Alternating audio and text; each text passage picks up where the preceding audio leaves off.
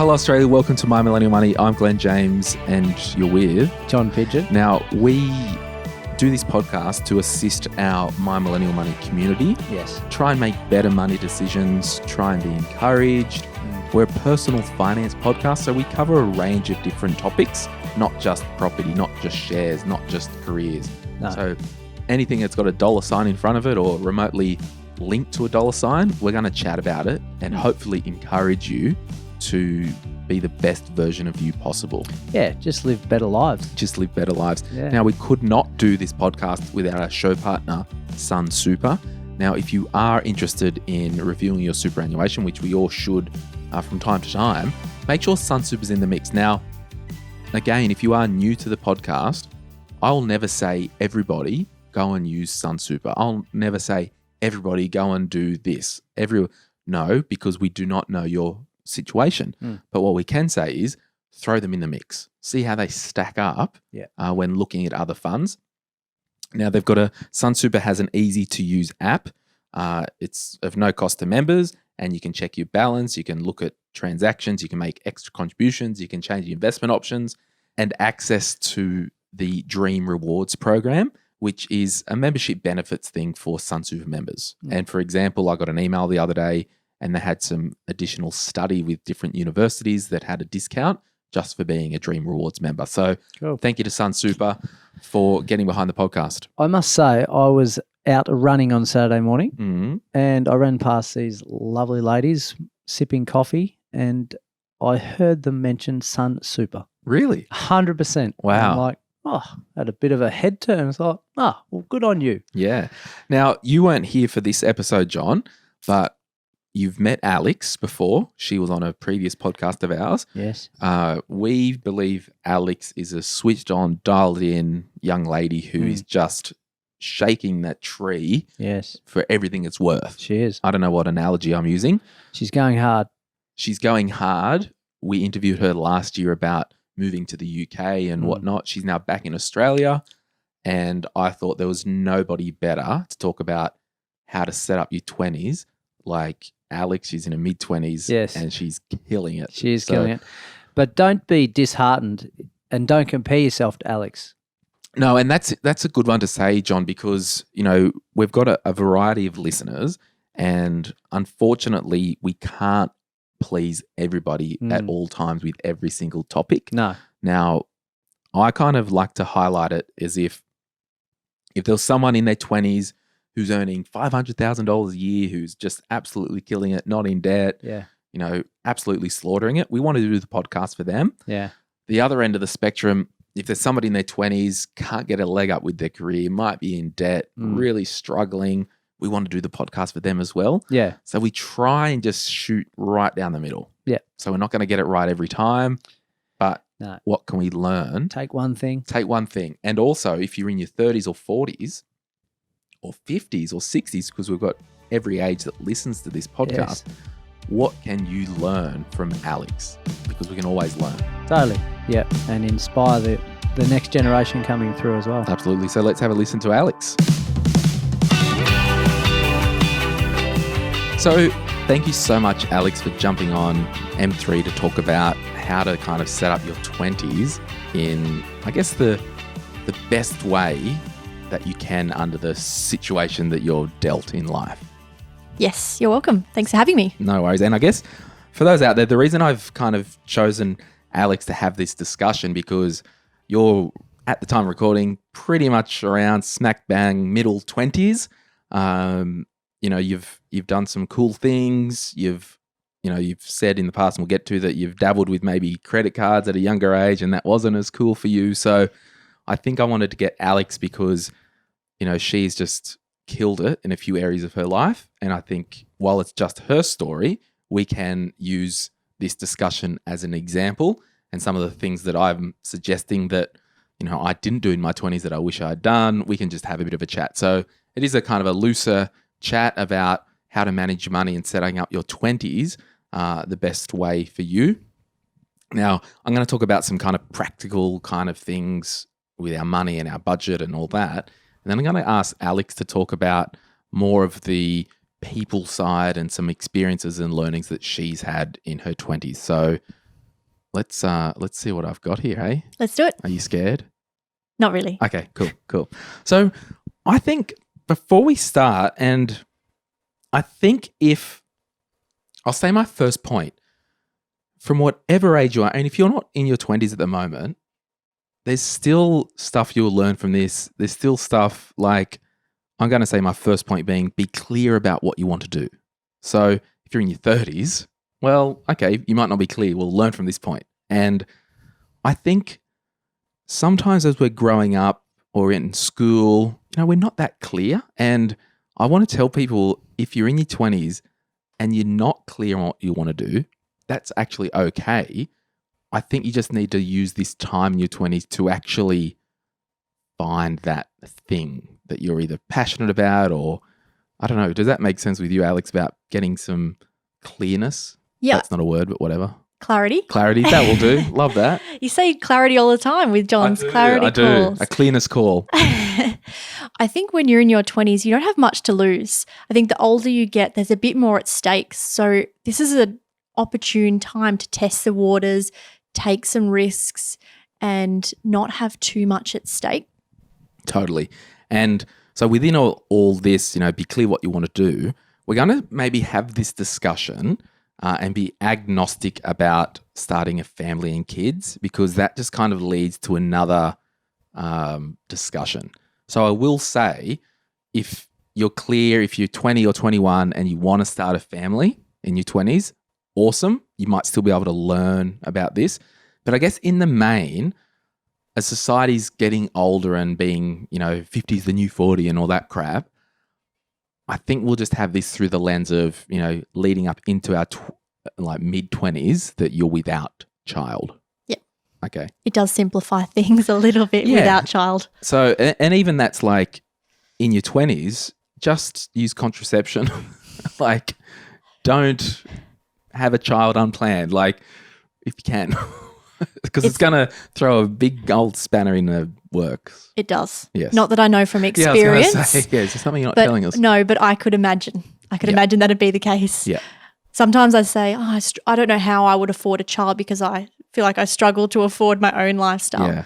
But I can only imagine that it adds multiple layers of complexity. Yeah, and I think as we go on, if you're kind of following the points that I'm making about setting up your 20s, if a child does come along unplanned or planned or whatever, you do have the most flexibility to adapt. Absolutely. A good baseline to start Totally. from. So I guess you just got to get clear. And if you're not clear, that's kind of your clarity. It's like, you know what? I do not know what I want to do. So that's what I'm clear on. I'm very clear that I do not know. So I'm just pressing pause on going to uni, or I'm just pressing pause on blindly spending 40 grand on some course about architecture or whatever. You know what I mean? So, but I think those people are fortunate that they have a world of opportunity to take advantage of. If you don't have your blinkers on, you've not got something that you're striving for, then all of these other opportunities are open to you. Someone could knock on your door and say, do you want to come and do this? And you're not blinded by some other passion that you're pursuing. You're open and ready to take on, whatever comes your way. Yeah. And I think, speaking me personally, if I look at my 20s, cut it in half, the first half was total establishment, total didn't know what I was going to do, total grinding, total mess, total didn't have any money. Got to 25, okay, I do know what I want to do. I do know I want to start my own business. And then from 20 to 30, it was finding what I want to do and then just doubling down on that. It's a whole decade. I'm only halfway through it, but I feel like so much can happen in that space of time. And I think people are rushing and think, I need to do all these things before I turn 30. But, 30 is the new 20. So totally. I feel like you can start a new chapter of your life whenever you want and many times over. So I don't think there's any time wasted in finding yourself or finding what you want to do. Yeah. So if you are in your 20s and you've just left school, or you're new into university, or you just got a job, you need to keep out of consumer debt, because the issue with consumer debt, right? And I'll use an example, and I've used it loosely before in blogs and all that stuff. You go, okay, I've moved out of home and I've got the new apartment that I'm renting and I've got friends. Oh, we want an awesome lounge. Okay. And you go, oh, let's go down to Domain or Hardly Normal and buy a lounge on interest-free or, Afterpay or whatever that is. And it's my prediction, unless the government really clamps down on buy now, pay later stuff, it won't be 4 easy installments. It'll be 52 easy installments. It'll be 104 easy installments, but that's another episode and a rant. But what consumer debt does is you are spending tomorrow's prosperity and tomorrow's choices today. So you buy the $3,000 lounge, 2 years interest free. Oh, it's like they're giving away money. But the problem is, in 18 months' time, because you're in such an influential decade of your life, if you need to adapt or pivot and you're like, oh, we've got to move out, or I want to go to London now, or I want to do this. Okay, well, you still owe freaking $1,500 on a lounge that's worth nothing because your housemate's cat scratched it. So you've got to get out of that mindset of debt and living on less than what you earned. What's your experiences been on this, Alex, growing up? So I definitely had to learn that lesson myself. I wasn't able to take on the advice of the people around me about falling into that trap. I did get myself a credit card and I did do a balance transfer and probably another balance transfer, and definitely over the space of a few years carried a bit of consumer debt in the form of a credit card and in the form of a car loan that did get me a little bit trapped, or just not give me the flexibility or agility to take on opportunities. And, you can't say yes to going to Europe with your friends because you do have a credit card debt. Yeah, that traps you. Absolutely. And I think I never bought anything with a credit card that was an emergency. I only bought fun things that I thought I could buy, but I really didn't have the money for at that point. Or I did, but I just wanted a bit more cash flow. And I really don't think that's a good enough reason to enter into this cycle of consumer debt. It's funny, like I obviously run the My Millennial Money podcast and I love personal finance and all that, but I'm not above any of the things that we talk about. I'm kind of just facilitating a conversation. And I remember when I was 18, you'll love this, Nath, I went in, so it was just when like the LCD monitors were out, right? And I was a tech guy. I've always loved tech. You can see I love tech now with all this crap. Hello on YouTube, because we do this on YouTube now. When LCD TVs, or no, not even TVs, screens come out for the computer, there was a 34 centimeter one, or just like the square 4:3 one, and it was a Sony, and it was $800 at the time. And when I was 18, I was probably only earning $300 a week, right? Yep. And this computer monitor was $800, and I financed it on GE Finance. Yep.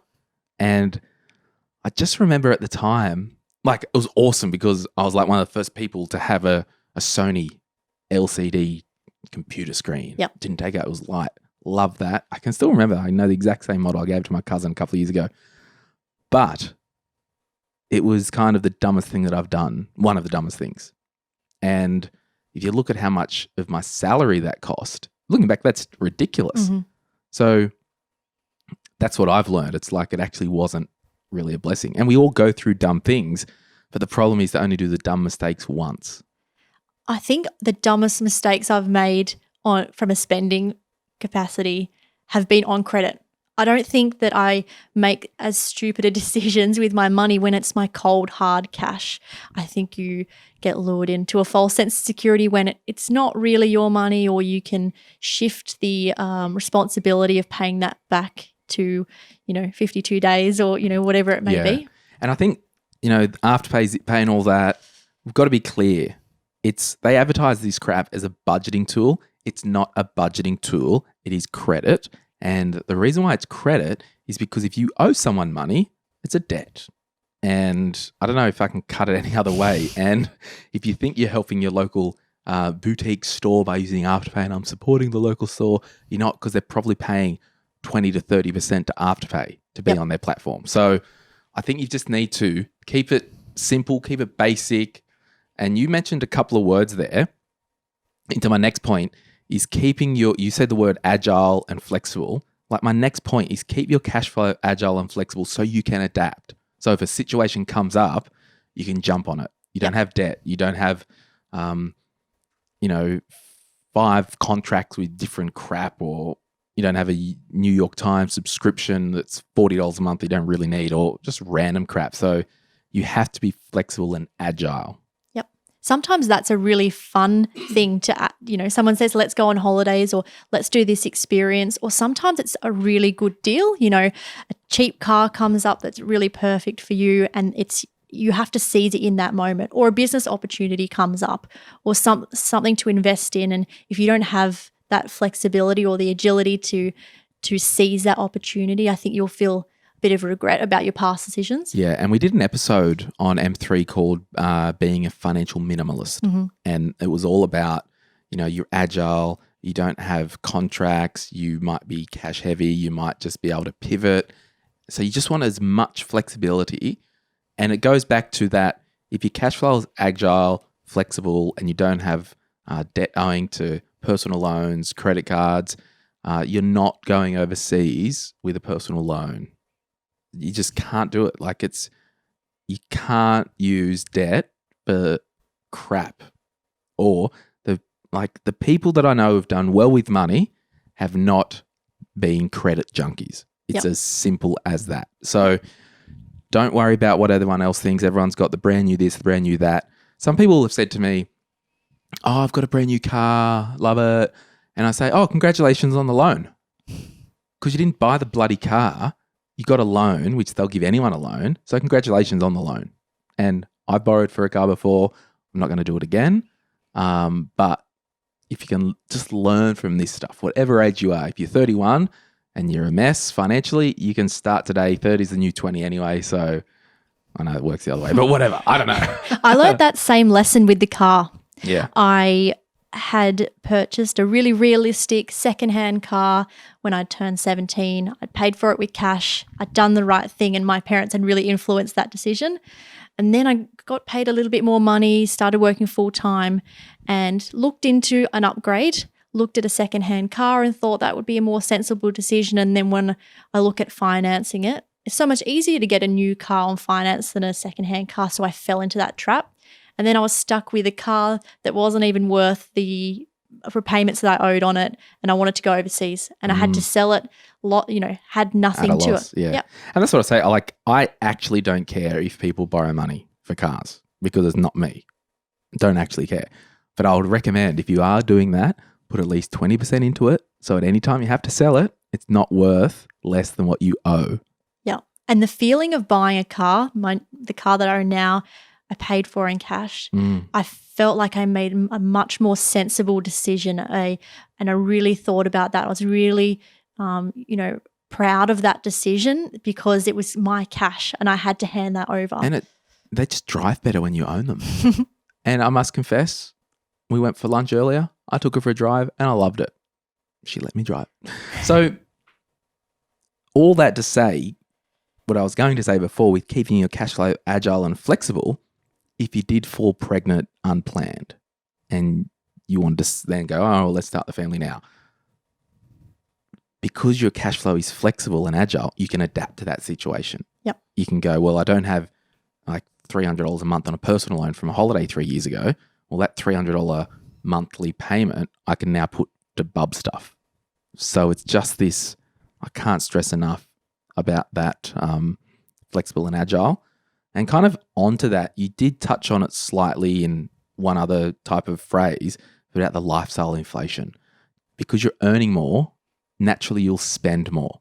Now, I think that's a natural thing if you're earning 30 grand, 40 grand, but it will get to the point in your life and budget where you get to this critical mass. And I guess the Glen James spending plan, the way I've developed that is to have the blow account. So each week you've got a separate bank account for fuel, food, entertainment, going out. So me personally, my blow account each week has basically been the same for 4 or 5 years. Yep. And what that has done is really kept a cap on how much I spend willy-nilly, and I haven't been sucked into that lifestyle inflation. Yep. And I got totally sucked into that until I got to a point where the lifestyle inflation and the play money was out of control. And, comparing to other people, I was just spending a ridiculous amount of money because it was there. Yeah. And I didn't have a plan. I didn't have a baseline of what I can get by and what makes me feel really comfortable. I was just spending it as it came in. And it's not till I made a plan and set a baseline and had allocations of where all my funds go, then I can make new decisions and know the exact financial impact. If I upgrade my car, what is it actually going to look like week on week? Or, if I want to save for this holiday, what's that going to look like week on week? Totally. So coming out of that, I think we need to now talk about savings. Now, you need to save, particularly if you're living at home, as much as possible. So there's no better time. There's no better time. So you've got a spending plan. You've got I spend this amount a week on fuel, food, going out. I spend this amount a week on like board or rent or whatever, helping out at home. 50% of my other money, like I'm pumping that into savings. I think I would shift just general savings into a goal. Totally. When I was saving for nothing in particular, but let's see what's come up, I did not perform anywhere near how I saved when I thought, I want to buy an apartment, I need this much as a deposit, and that's my goal. Yeah, because I think what happens is when you've got an actual goal, it makes the trade-offs easier. Absolutely. Do I need these $200 pair of shoes, or I'll just put it in savings and try and get something else, or wait till it's on sale? Yep. So it's a tangible thing that will help you have the trade-offs. Yes. When there's an end goal, you know how much taking from that will set you back. If you've got your house deposit that you're saving for and you've got a figure in mind, a holiday that someone suggests, exactly how much that's going to set you back. Whereas if it's, a pool of money and you're only cutting half of it, then maybe you can justify that in your mind. Totally. And I guess this is why I'm so pumped about talking about how to set up your money well, particularly in your 20s, particularly when you've out of uni or out of school, you're into the workforce or you're earning good-ish money. If you do it this way, you will so exceed, because if you don't have debt, you'll just be catapulted. And what I would say is the first financial goal that you should have, and then it's kind of done, is to set up an emergency fund, so a cash buffer. So we usually say, if you're out of debt, let's get up to maybe 3 months of living expenses. Yep. So I'll just make a number up. For you, it might be $4,000, $5,000. I'll just say $5,000, $3,000, whatever that is. Put that in a separate bank account, lock it away. Don't have it on your app, on your internet banking, just other bank, whatever. Then that's done. You are building on a strong foundation. Then the next goal, it could be, all right, well, I don't know. Back to the point, I want to be clear about what I want to do. I'm not quite sure yet. So financially, I know I want to save up X to buy a house one day. So I don't know what I want to do with my career, but I do want to actually have a goal. So, because I'm going to be working anyway. Yep. And then at least you've got that goal of I want to save 40 grand. So I've got the option to buy an investment property and rent invest, or the option to buy a home to live in. Or because we're being agile and flexible, in 3 years' time, I want to be a freaking marketing executive and work for myself or whatever. I want to be in marketing. I need 10 grand to start a business. Mm-hmm. Guess where I'm getting that from? My freaking own savings. Yep. And I think that can really help drive career decisions as well. When you have a goal and you think, I really want to live in a $2 million mansion on the beach, and not that you get that in Sydney, but outside of Sydney maybe. The coast, yeah. You know how much it takes to get to that goal, to achieve that goal. And if you're not earning that right now, then you have to think about ways that you can get to that, and it can really motivate you from a work capacity to achieve that. Totally. That drove me for sure. I knew what I wanted from a lifestyle and from an investment perspective, so it really drove the decisions I made around work and career. So if you're really crap at saving money and you do have a longer term goal, maybe over 5 years, I would recommend looking into investing, because at least, I'm a crap saver. I'm really bad at saving money, so bad. It's such a curse. But I've taught myself to be a good investor. And there's a rule in my life that kind of I built as a habit. Every month when money goes into my investment accounts, it does not come out. Yep. I'm just building wealth. But I think there's a rush that you get from spending money. Oh, I love dopamine. That's the problem. And I think, everyone can relate to that on some level, some probably more than others. But I think you have to train your mind to get that same rush when you put money into an investment account or into a savings. The itch another way. Yep. Yeah. And for me, I get the rush spending money. So I just had to kind of train my brain into the spending also being savings. So spending money on my future house or future apartment, or spending money on an investment account, training myself to feel that same rush. Totally. So I guess within all that, with rushes and, if we go down this garden path where we're getting clear on what we want to do, we're out of consumer debt, we've got a good spending plan, we've got a cash flow system that's agile, we're banking as much as possible. If we're living at home, we're smashing it. If you've got to move out of home and not everyone can stay at home, maybe if you can rent or house share or something to keep your living expenses as low as possible. You've nailed lifestyle inflation. You've got your emergency fund nailed, so you do have a bit of cash buffer. The next thing we need to do, and you said it before, it's like you wrote the script of this bloody episode, that's why I got you. The decade of your 20s is the decade to take risks. And our former Prime Minister of Australia, a couple of ministers ago, John Howard, I asked him once, I said, what would you recommend somebody in their 20s do? I'm paraphrasing, in my situation, basically. Mm-hmm. And he said, take as many risks as possible because you've got the best chance to recover. Absolutely. You have time, and I think you can rebuild from any situation. Yep. And, you can rebuild from having a lot of consumer debt and from having really bad habits, but the later on in life you get the less opportunity you have to do that rebuild from that, or to enjoy the rebuild as well, to enjoy the fruits of taking the risk and getting the reward. And I think, looking back on my life, when I was 24 or 22 or 21, if I got married then and then had 2 kids, I probably wouldn't be sitting here now because your priorities change. And it's like, well, I need to put food on the table and care for the family.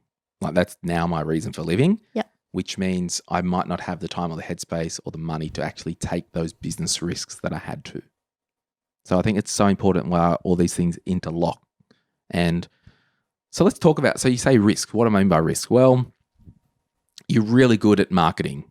Okay, how do we start to build a framework for you to be a marketing consultant? And that could be, a side hustle. Yep, get some clients on the side. And then at some point, you're going to try and keep saving cash so you can take that risk and then do it full time. I think you also have a lot of time and energy in your life to do side hustles, to just sort of dip your toe in the water rather than feel like you have to go all in and have everything on the line. Yeah. And I think with the risk thing, it could be, you know what? I'm 22. I've just I left school straight away. I went to uni. I did a bachelor of, whatever, comms, education, choose your own adventure. I don't know if they're actual bachelors or somewhere there. Whatever. Yep. And you go, you know what? I don't know if I enjoyed that. So stuff this. I'm taking a risk. I'm going to get a full-time job at an entry level in a different industry because that's what I'm now interested in. I'm going to take the risk and do that. And when your cash flow is light, you're agile, you can do that. If you're, 10 years down the line, you have all these bills, you have a mortgage, you have so many financial obligations, that decision is a lot tougher. Yeah. You don't have the luxury of taking opportunities like that. Yeah. And I think to kind of bookend my points, because I want to talk to you about the whole people side, have the mindset that nothing is wasted. What can you learn from? So I'll share, when I left school at 16, I did an apprenticeship in telecommunications. It was a manual occupation. I was like a fully qualified person at age 20. And then I'm like, oh, I want to do finance. But the apprenticeship, I learned forward thinking. I learned critical thinking. I learned problem solving, all the stuff that I do today in my current business. Yep. Because we've got to do like with fault finding and all that with the tech gear. Yes. The same comes from tertiary education in general. I think people get a bit concerned that the degree that they're doing may not, relate to the job that they exactly want to do. But there's so many things that you get from tertiary education about being independent, being accountable, critical thinking, using logic, solving problems, all that stuff that helps you later on in whatever career you decide. And it's agnostic to whatever you did at uni. Yeah. And then, I totally agree. And then when I started in financial planning, I learned that you can't actually rock up with something you want to do. And unfortunately, there's some people out there, you got to hear this point right now. You can't walk in and be CEO on the second week you're there. So I learned when I started in financial planning, I was the bottom of the bottom. Getting the mail, being the office go-getter. So I learned that you had to work your way up. You had to learn the process. You had to follow due process. Absolutely. I don't think there's any real job opportunity that's not going to give you something that'll take you on to the next step. And and just onto that, what I learned when I started my business. So I started my business, I was a financial advisor. The last 5 years, I had actually done all the steps in a financial planning office. So I knew how to do client services really efficiently. I knew how paraplanning worked really efficiently.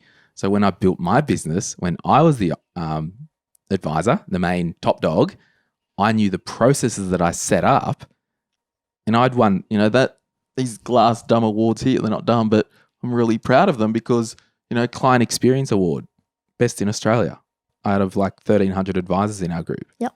Advisor of the year. So the only reason I've got those is because I work for someone else and I learned how to do things each step of the way really well. And then I implemented it into my thing. And even if you're not learning from someone who you don't, if you're learning from someone who you don't think is a great role model, well, at least you're learning what not to do when it's your turn to run the business or run the show. And then the last thing I learned working for somebody was you pay me to be here. You own me for the 8 hours. They'll say, all right, we just need to spend there's a thing going on. I'm talking to you, Nath. Nath's our editor and tech guy. He does all this stuff. He's awesome. So there was people that are like, okay, we've got to do this like database management thing, or we've got to scan files. And it's like, all right, everyone's going to get sent, 20 files to look at. There's people in the office. I don't get paid to do menial tasks and filing. Where I was of the view, you own my ass while I'm here and I'll just do whatever. Yeah. It's not going to change the amount of money that comes into your bank at the end of the fortnight. You want me to stand there and do database stuff? Sweet. I don't care. I mean, it's like today, Nath, cut up some bits of cardboard and put in the bin. That was a very expensive rubbish guy that I pay. You know what I mean? But it's just like you own me while I'm here. And it's humble. Exactly. There's a real humility. There's real value in being humble, being professional as well, but also just showing an aptitude to learn new things, to be really excited to go into work. People love that. They love to see that you want to be there and that you're a sponge and that you're willing to take on whatever task they give you because you can learn something from it. Talk to me about people pleasing. I think from a money capacity and learning lessons in my 20s, I definitely spent money that I regret on keeping up with the Joneses, doing things because I thought other people would. That cup that you've just put there is half on the edge. Oh, yes, I can't let that sit there like go. that. Doing things because I thought it would impress other people, or that, to be seen, or to belong to something.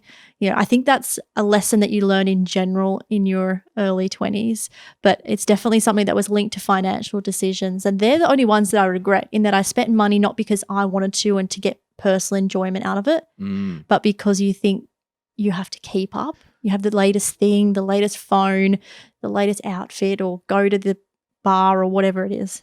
And I think there's been some people in the Facebook who go, oh, I'm buying a new car, and like mum and dad are like, you just got to get a new car. They're the most reliable, blah, blah, blah. Nope. I've got a $10,000 Volvo that's sitting out there. It's 10 years old. It's got low Ks. It's quality. There's a fallacy. I'm just harping on about cars here because cars are a big expense for people in their 20s. There's a fallacy that I need brand new to get new. I need brand new to get good quality and safe because my parents or someone wants me to, or my uncle or my aunt. Okay, if you use that logic, you have to buy a brand new car every year. If you're using that logic, because that logic says I can only get a safe car and reliable if it's brand new. So if that's the case, you need a new one every year. But I think that discounts, the financial aspect that comes with deciding on a car. You definitely have to consider the safety of the vehicle, but it's a financial commitment. It's an outlay, and so those decisions have to be balanced with the impact that it has on you financially. Absolutely. And my $13,000 Volvo, I think I paid 13 grand for it. Volvo, they invented the airbag. It's safe. It's old. It still drives brand new. In fact, I think there's a guy who joined the Facebook group and he it's like, where did you hear about the group from? And he wrote, Glenn bought my friend's Volvo. Hey guys, if you're listening. But I think there's a real comfort and freedom that I feel from no longer feeling like the financial decisions that I make at times are driven by what other people think. I think that's so empowering to know that you're making the decision because it's what's best for you, and that's not influenced by anyone around you. It's definitely worth listening to the people around you, and plenty of people will have good ideas and lessons that they learnt, but making the decisions that suit you best will feel the best. Yeah. That didn't really make sense, but hopefully you knew what I meant. Yeah, we're going for it. It's all about you. You're an adult. You can take advice with humility and be thankful, but at the end of the day, you need to hang your hat on something. Talk to us about like people gleaning or, mentoring and stuff like that in the short time we've got left. Yeah, I think I was probably a little bit apprehensive and maybe a bit cocky and wasn't as willing to take the advice from other people around me. I think, as a lot of people do, that when you're young, you think you kind of know everything and there's a lot of lessons to be learnt. But I think you can learn those lessons not necessarily the hard way, but the easy way, from listening to the people around you, talking to them about their experience with money, and try and get little bits and pieces, golden nuggets from other people. It doesn't necessarily have to be your rich relative that made some really lucky decisions back in the 90s and are, cheering for it now, but just the people who, have gone through hard times and come out the other end. Did you ever watch Friday Night Lights? No. Okay. I think it was pretty old. When was Friday Night? Anyway, so all that to say, what if you are living at home and you've got great parents and you've got good brothers and sisters in your life, and they're going to tell you what they think, whether you ask or not, a lot of the time. If there is somebody else in your life or in the community that you know, like if you knew Buddy Garrity, the local car dealer guy, he's got a big business. When was Friday Night Lights, Nath? 04. Whoa. To be honest, I only watched it like 3 years ago. I was even late to it. Okay.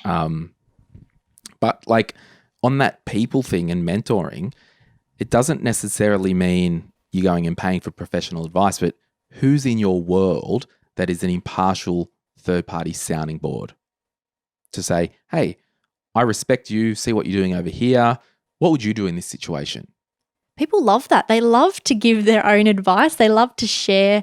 Well, my experience has been anyway that people love to share their story, talk about what they did. And if you go there as a sponge, they love to just give you everything that they've got. It's not going to cost them anything but their time. So go and ask people, chat to people.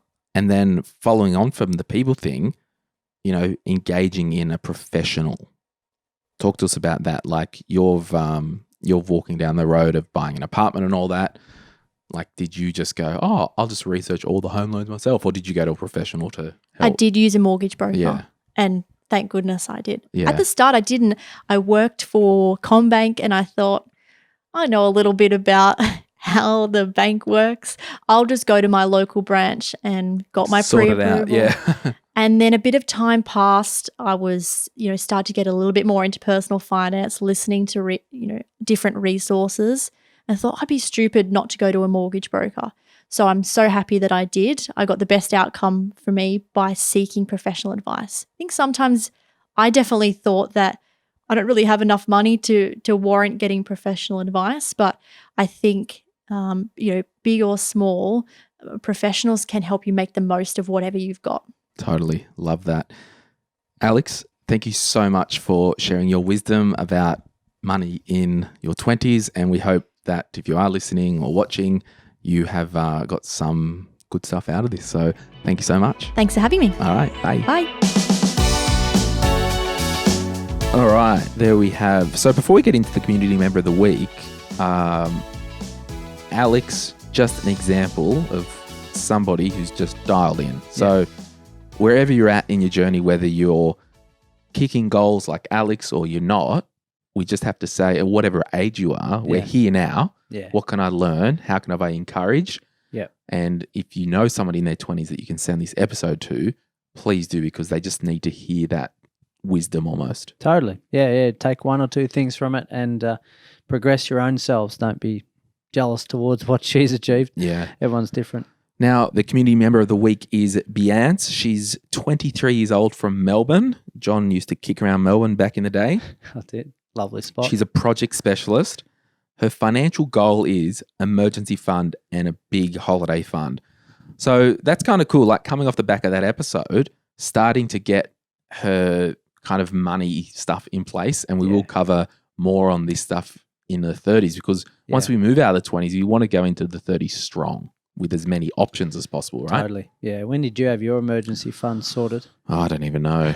6 months ago? Yeah, 10 minutes ago. But she's achieving this goal by using the Glen James spending plan. And I don't select these. These just come up. This is a setup again. No, it's just, seriously. No, there are a lot of raving fans about that spending plan. There is. And the silliest money mistake, and I love reading these because we can all learn and we've all got dumb moments.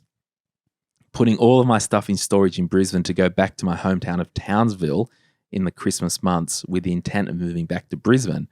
Then I got a temporary job in Townsville and become more permanent. So I ended up temporarily moving to Melbourne, all while paying $120 a month for a storage box.